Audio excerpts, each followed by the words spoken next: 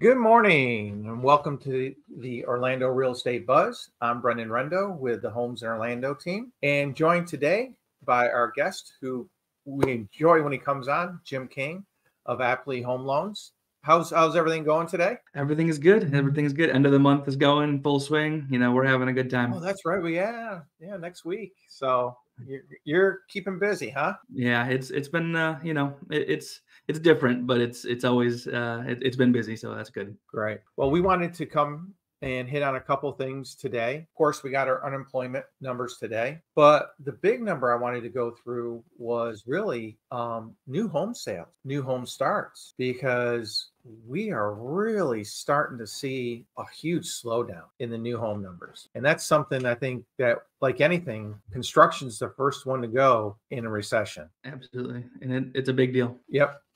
So let's hop in. Let's take a look at our unemployment numbers that came out this morning. That was interesting because the 10-year T took a little bit of dip before and then popped back up. So what could have been a good day for rates, kind of sitting, I think probably sit pretty even overall. So, but really it just kind of flat. The numbers aren't going up. They're not really going down at all. So, it's not making, I don't think it's making any real big news.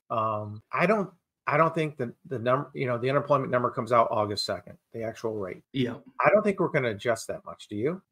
It's last month we saw a huge, well, not a huge shift. We saw a large shift just because of like the base calculation, right? We got that the jump to 4.1. It's definitely feasible to see a little bit more of that. If it to get the 4.2, it would take a little bit of weakening. It's definitely possible. But my guess is that we probably stick right around where we are. But next week is it's going to tell us a lot, right? We have JOLTS on Tuesday, ADP Wednesday, Challenger Thursday, and non-farm payroll Friday. So it's like next week is employment.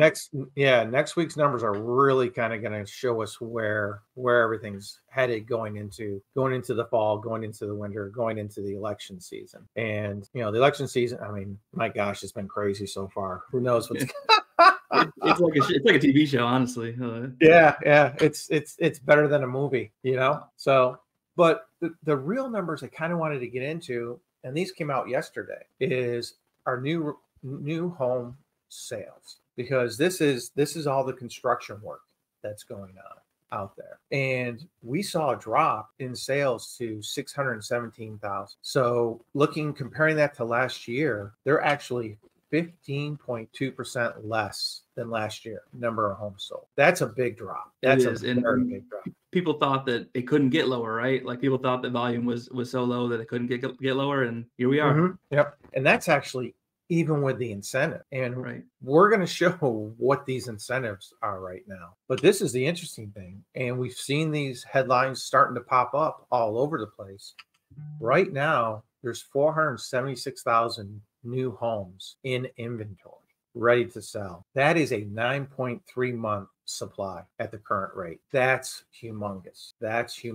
So if we start seeing this supply go up, what's going to happen to housing starts? Right. Your permits are going to drop, and then your starts drop. Yep. And we start seeing the construction layoffs start. And here in Orlando, we had a little increase in June, but we're actually down 4.4% year over year in housing permits. That's a good number of units. You think of how many units we build down here. Right. You're talking thousands of homes decline in being built over the past year. So we're seeing that slowing. And being in the real estate market, I think that's what we feel. We've really felt a big slowing in the market. I mean, not only just new homes, but resale homes also. We're feeling that big drop in and pullback in everything. So and what's surprising there is the last year or so, every time we've seen the rates pull back a little bit, like we've seen over the last few weeks, you see applications start jumping again. But really, this time it hasn't. This time it hasn't. I don't know if that's partially to do to the election, because it always, I've been in this long enough where you see, presidential elections, September, October are usually really, really flat. And what you're doing is you're building for literally the day after the election, when everybody knows what the heck's going to happen. And people, okay, yeah, election's over, let's go. kind Yeah. of feeling, but you don't even have that feeling, right? Right. It's just uncertainty, like, because nobody's quite sure, right? Yep. Nobody's quite sure as knows what's going to happen. Yeah. And what's interesting too is, we've got the Hometown Heroes program going on right now. And this time last year, that $100 million was gone. It was gone by this time last year. Yeah. And they still got plenty of funds left in. So that tells me people are just nervous. They're scared. People are, it's just, they're feeling tapped out overall is what's happening. So, but then this was, when we're talking about, the new home sales, it's interesting enough, the new home prices are solidly below existing homes. And it just, for a lot of people, it makes a lot of sense to look at new homes as opposed to the resale. Right. And we're seeing that in the numbers. And, the resales are down tremendously. I can tell you that from being here in Orlando and checking the numbers every week. And, this kind of amazed me because this is from Lennar. Currently, the average home is having to have $47,000 on average of incentive. You think about that. That's humongous. That's insane. Yeah. And I think the biggest way they're trying to do it now, I mean, I get the emails every day of all these incentives, and it's crazy. But the biggest one is them buying down the interest rates. And they're not doing it like they used to. They're not doing just the 3, 2, 1 anymore. Now they're actually, okay, we'll buy it down. Say, I think it was Meritage. I can't remember exactly which one, but they were buying down to 4.99 on the first year. But then they were locking your second through your 30 years at 5.9. The secondary market. What's that costing? That's an insane cost. I mean, that's a full, 0.75% interest over the whole term of the loan, right? Yearly, right? So if you do 0.75% interest over the principal of the loan times the 29 years, like that is an insane cost. For a buy down on that size. Yeah. So you're looking at the price of the buy downs. Then you start looking at, now they're paying, giving you $20,000 in closing costs. So basically all of your closing costs are being paid for. Then they're offering us as agents, an additional $5,000 to bring somebody in, $10,000 to bring somebody in. You sell 2 houses, we'll give you a bonus of $5,000. So, I mean, it's just absolutely amazing the amount of money that the home builders are having to spend. And those froze for a second there, Jim. Just to move inventory. Those incentives don't show in the actual final prices, right? Like, the final prices is the gross price, not what they're actually netting. Yep. Because they, it's, and you've always explained this to buyers of new homes, is like, look, they're not going to come off their price. Now they're coming off a little, they're coming off. But what we do is we beat them up on the incentives. So, okay, well, let's ask them for another $10,000 in closing costs. Let's ask them for this. And you explain to them that, hey, they don't want to come off the sales price because of appraisals. They come off of one, all of a sudden they've just dropped all the prices in that entire development that they're doing. Right. So that's not the way they do it. And I think it's a good point in a lot of ways, because the builders don't have to report it because they're not on the MLS, a lot of these homes. Yeah. But I think appraisers should be able to know that information. I think that's important because, hey, you're buying it at $500,000, you're getting $50,000 in incentive. Really, the value of your home is $450,000. It's not $500,000. Right. I just think, there's a little wiggle room in there that needs to be maybe tightened up a little bit for appraisal purposes. Right, for disclosure. Yeah. And you see the basically like parity between new home prices and existing home prices. And then you tack on the $50,000 in incentives that you're getting, like, you kind of have an inversion there that doesn't really make sense. So correct. What gives? Yeah, what gives? Yeah. New home sales are down, incentives are way up, and we're also got existing homes sales taking a nice dive in the month of June. Down again 5.4%. And look at this number. Existing home sales right now are at an annual rate of 3.89 million. When was the last time you saw annual sales that low? Great financial crisis or earlier. Yep. 2007, 2008.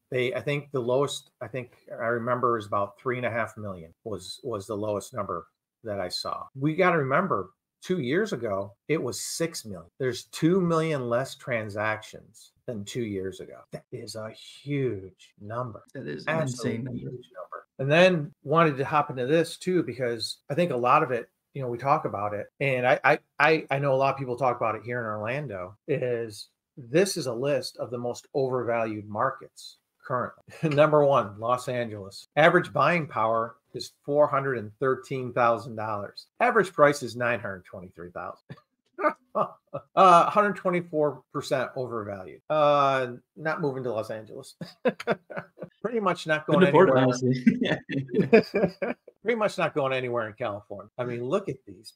San Diego, 80% overvalued. This, you want to talk about having a nice setup for a crash. But then you get into some of the smaller city centers. I know Joe and I went over this number about a month ago, and we said about 10%.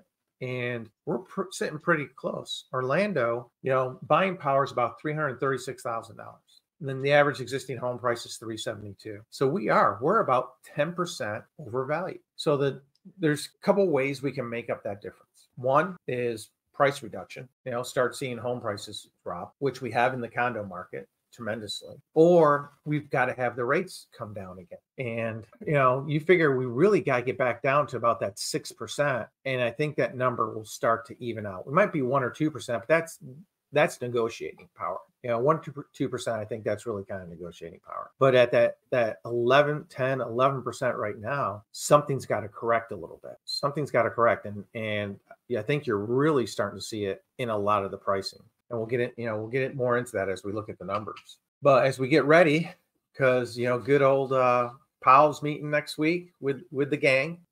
So prediction wise, betting windows are open, and we're sitting at 87.7% that they're not going to do anything. And I think pretty much everyone's in that agreement. Wouldn't you say? They're not going to do anything in July. It would be very surprising if they did. Yeah, I just don't feel it. I don't see it. He's not like kind of leaking it, showing his hand at all whatsoever. They do, right? Like they don't like to surprise people. If they were going to cut, they would be showing their hand a little. Yeah. Who was it before Greenspan? What was his name? He used to have different colored binders, and you used to watch which binder he brought to the meeting. If he brought the green one, he was cutting rates. If he brought, I forgot, it was a black one, they were either staying even or going up. You could tell by which binder he used to carry. People have tried that with Powell's ties, but it hasn't proved much success. It hasn't proven much success. I've heard that theory for Powell's ties, but it hasn't worked so much for him. That I remember that we used to watch what was he bringing? What was he bringing? Right. As soon as he walks out with a binder, everybody's like, bye. Yep.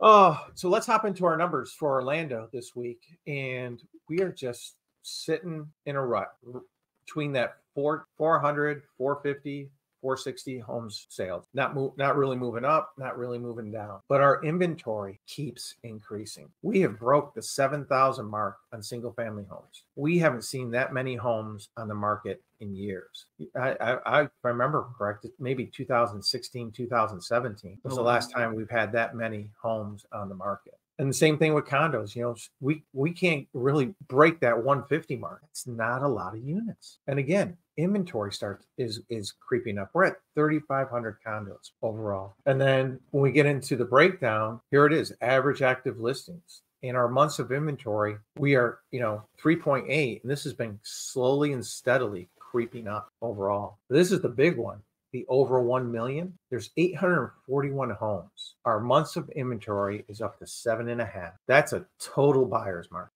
Absolutely total buyer's market right now. And then we look at our original list price, we're sitting here just about 94%. So you see a house at $100,000, you figure you're probably going to get it about 94,000, somewhere in that ballpark right now. And you can see they're doing the price cuts. They're doing 2, 3, 4% price cuts before they can get that house under contract. Now, this was interesting. They added a line this week. They haven't had this line in there before. They got the average days listing to contract, which is 35. Then they added this one, combined average days to contract, 63. What that line is if someone, say, takes the house off the market for a week or two and then puts it back on, it's considered combined days because it's still in the MLS. So what you're seeing here, it's telling me a lot of people are taking off taking their house off the market for a week or two, maybe tuning it up, cleaning it up a little extra, trying to spruce it up so they can keep the price up. So that was a very interesting number. I'm actually glad they put it in there, to show that, hey, people are having to finagle. It's not just 35 days. It's actually 63. That's a big difference too. I mean, that is a big jump. Yeah.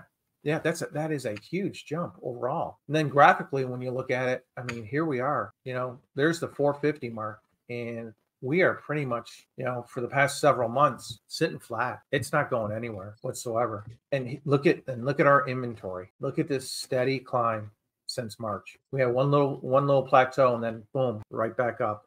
People are they've waited long enough, and they kind of have to sell their homes now.